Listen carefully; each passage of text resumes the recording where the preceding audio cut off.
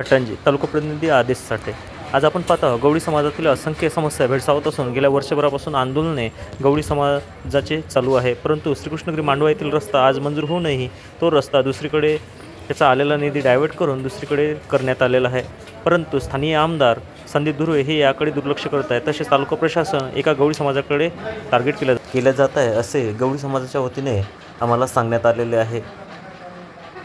गवळी समाजाच्या वतीने येणाऱ्या मतदानावर बहिष्कार टाकणार आहोत। घाटंजी तालुक्याच्या समस्त गवळी समाजाच्या वतीने होणाऱ्या विधानसभेच्या निवडणुकीवर बहिष्कार असेल।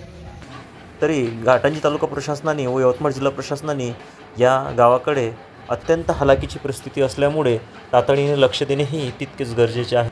संगम news TV network Maharashtra, Ghatanji taluka प्रतिनिधी आदेश साठे।